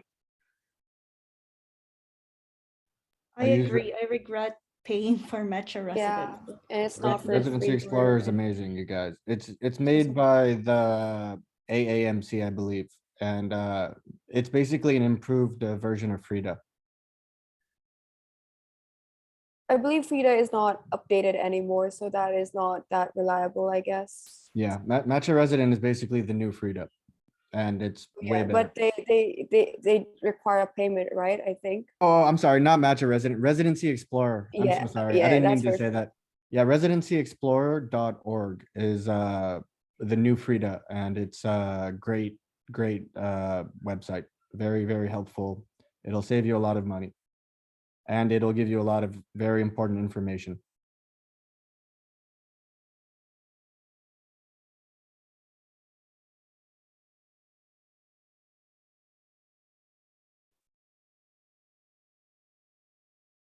I think there's no more questions and it's already like, okay, I didn't get the best score in second. One more question.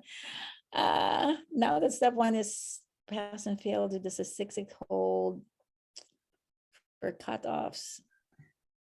Honestly, I believe that having a score is better than having a pass because then they have a more standard measurement. If you're at 225, they know that you're at least that level. You know what I mean? If you have a pass or fail, you could have they don't know. You know, so if you get a pass or fail, you would need to look at other ways of buffing up your application. I believe now that step one is a little bit its weight has been dropped a little bit. I think now that step one is passed fail, they may look at the step two CK more. So try to do better in step two CK. What do you mean when you say limit yourself? Are you talking about like how many programs you apply to? Because regardless, you should apply to as many programs as you can that fit your screening applications. I think even despite like a score cutoff, you should still apply to the program because you really never know like what they screen, and as long as it's IMG friendly, you have a chance, to be honest. I think for one of the programs that I got an interview at, there was a like on their website it says they don't prefer people who have a red flag, which is a fail and step. And I got an interview there. So like if I didn't apply there, I wouldn't have gotten an interview. So if you have at least if you have the money, like try to apply. Yeah, when I was mentioning red flags earlier, they're not deal breakers. I mean, Kimberly has like research experience. She had a lot of other things that added to that negated, I believe, that red flag. So if you have a red flag, it's not a deal breaker. Don't think that just because you didn't pass step the first time or you have a delayed graduation that you shouldn't try because you can always make up for it in other ways.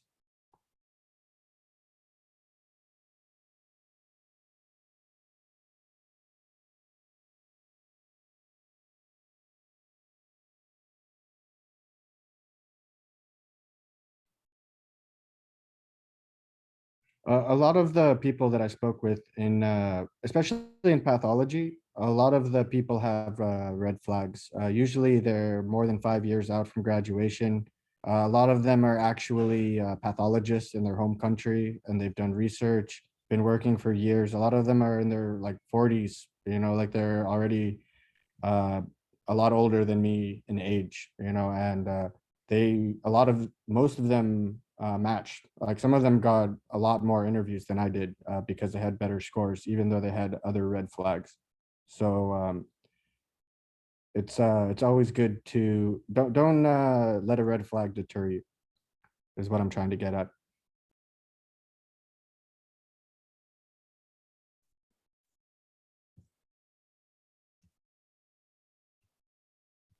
Yes, you need to finish all of your steps before you can apply for any pathway. You need to pass the OET, and you either need to have a license in your home country, or you need to do the mini CEX.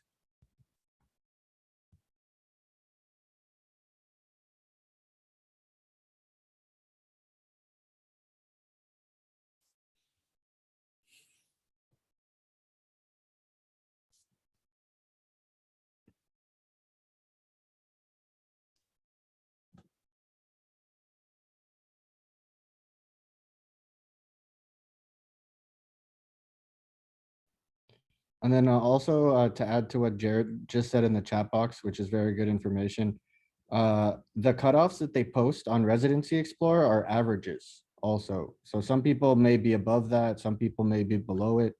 So, and then it's also a range. So it's an average that fits within a range. So there's definitely some variability in those numbers.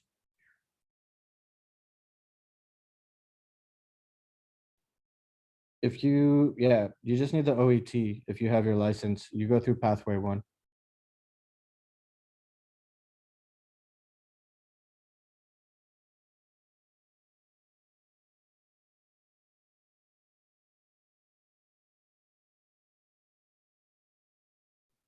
I know it may seem like a lot, you guys, but when you're in it, you kind of just do it.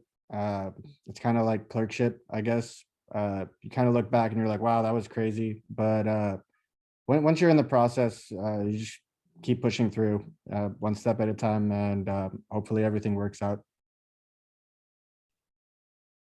Oh, I think one thing I would like to add is when you actually like during the interview season, actually be really alertful with your phone, because you have to be really fast in terms of like scheduling your interview, because sometimes the program send out more invites than they actually have the spots. So really try to schedule as fast as you can so you secure your spot. Sometimes I've had one experience where I got the interview invite and then I didn't look at it for like an hour. When I went back to it, there was no spot left. So I had to contact the program coordinator to open up another spot for me for the following month.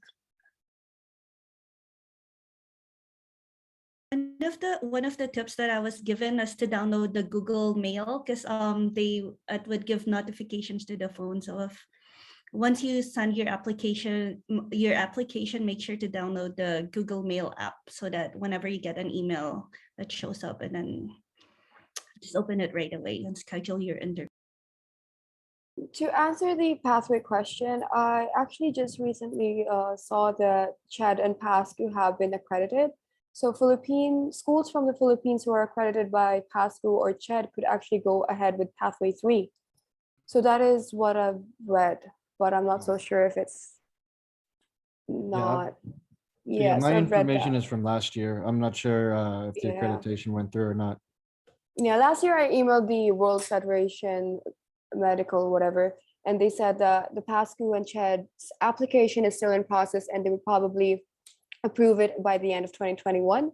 And I believe during the first half of this year, it got approved, and now schools the PASCU and CHED are accredited, and universities and medical schools that have been accredited by these organizations can go ahead with pathway 3.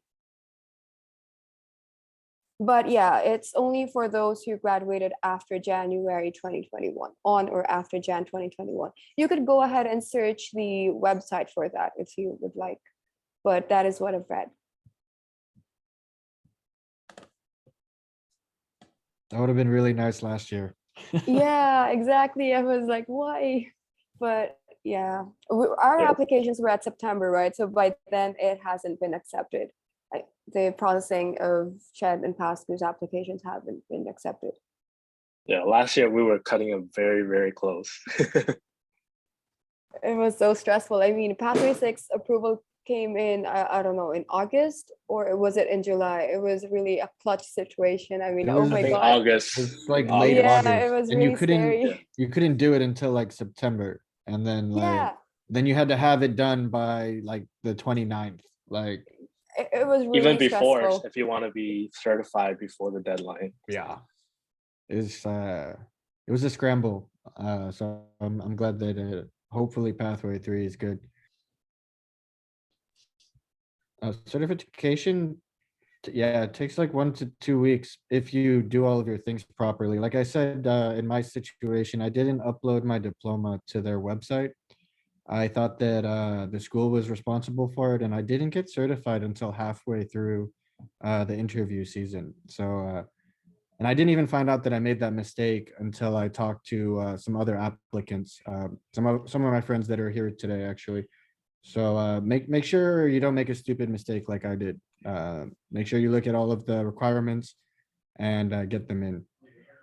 I was sitting there for like a month thinking like, why haven't they certified me yet? Why haven't they certified me yet? And then I called them and they were like, you need to upload your diploma, something that I was literally sitting on for over a year. And I could have uploaded over a year ago or any time in between then and that day. So yeah, make sure you get all your requirements in. I'll add to that with my little bit of experience. I think one thing I've and even just like talking to some of the older students, like one thing that we sometimes overlook with all the requirements for ECFMG and just like certifications here is overlooking the fact that we still have to interact with like UERM's admin sometimes, and sometimes there's a bit of a lag which we forget about, especially if we're already in the abroad, or even if you are there, sometimes you just forget you have to kind of work within the system again to get all your documents.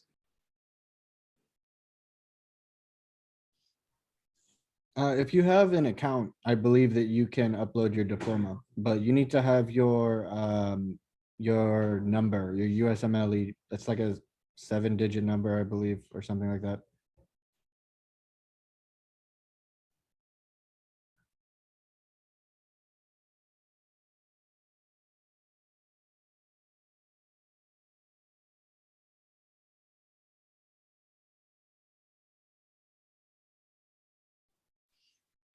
I believe that that was definitely, if you didn't have that as your last requirement, then you needed to really, really scramble, because just finishing the mini CEX in time was very rough.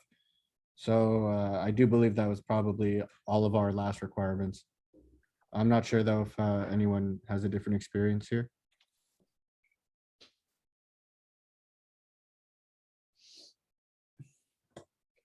I think it's so important to submit before the deadline, or at least on the deadline, because once the program opens the portal, they only gonna download it for like the first couple of days, and then sometimes they don't even bother if they already have 5,000 applicants. They're not gonna look at They their literally list have anymore. Like thousands of applicants. yeah, they're not even gonna entertain you if you're late. And then I think another thing that really matters is if you are ECFMG certified by the time you apply. I think that is a very big deal as well. I have friends who weren't certified by the time they applied, and they did not get as many interviews as the other ones did. So make sure to do everything before the application. Yeah, and again, Yeah. just to add to that, like I 100% believe that I would have gotten more interviews if I had not made that stupid mistake. You know, but I'm just really happy I was able to match at a nice program, and it wasn't a deal breaker, but making a simple stupid mistake that could easily be taken care of in a timely manner can cost you a match, can cost you a year, and Yeah. you need to try and minimize those, definitely. I think like with all these like very objective data for the programs, you have to kind of make sure you do them right, because those are the screening filters. They can easily apply, like, this guy, does he have a certificate or not? What's his score? They can just click a button and then you'll be screened out if they really wanted to.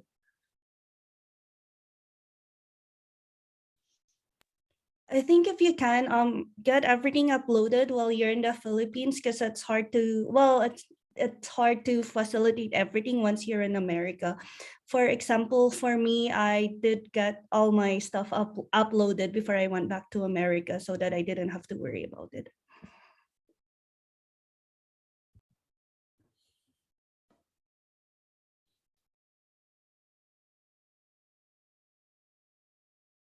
And reach out to your letter writer early so they can start uploading or whatnot, because they take a long time. They're busy people. Definitely agree with that.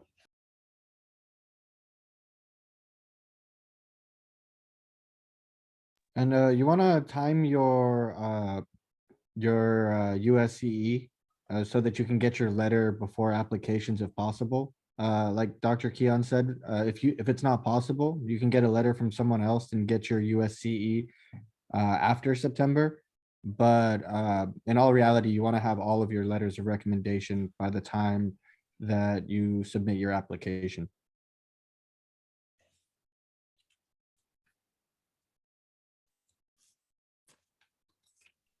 I think for the personal statement, it's better to start early. Everything is better to start early, because you're gonna go through so many drafts of like modifying, and then if sometimes you like decided to write a specific to to the programs you really want to apply to. So it can be very time consuming, and you want to make sure it's like pristine conditions when you submit it.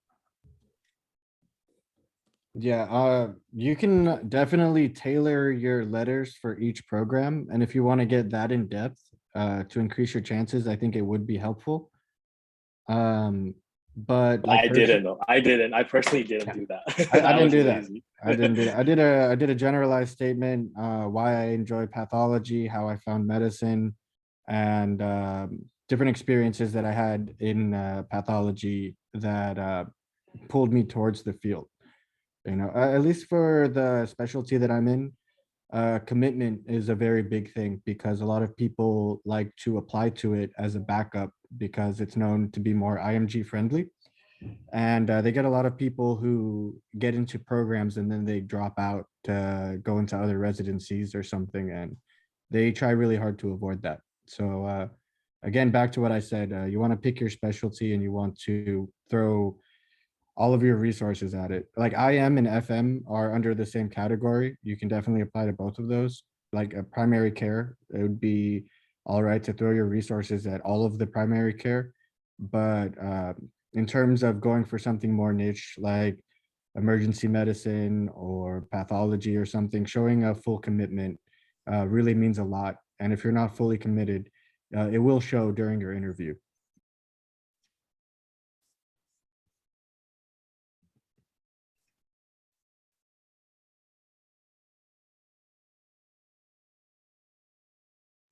Yeah, you can't get your token until they open an up application. I'm not applications, but they let you make your profile and start uploading stuff. But your token, correct me if I'm wrong, but I think you needed to finish all of your steps before you could get a token. Is that correct? I don't think so. I think you can just buy it. You can just buy it. Okay, so Yeah. when you buy a token, it's good for that year. And then you can just upload your information to it as that goes. Yeah, like I said, I finished my exams very early, and so some of the problems that other people had, I didn't encounter, and then I had other problems because I'm not very good at looking at requirements, I guess. It's okay. It's a past now. Mhm.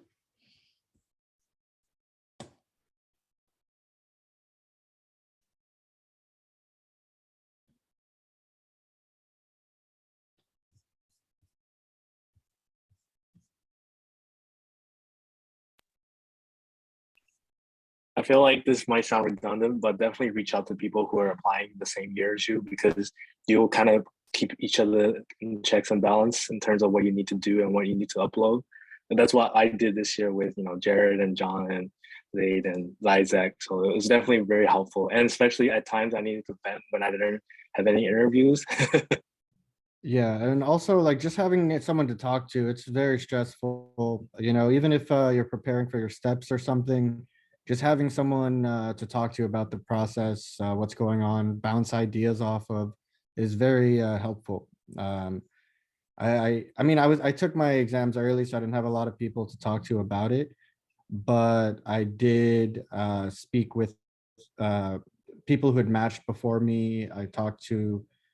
It's just nice to have people that have gone through the experience or who are going through it at the same time as you.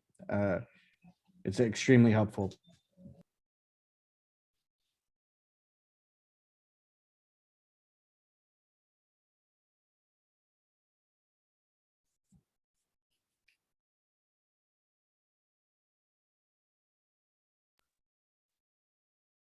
Are we okay? Yeah.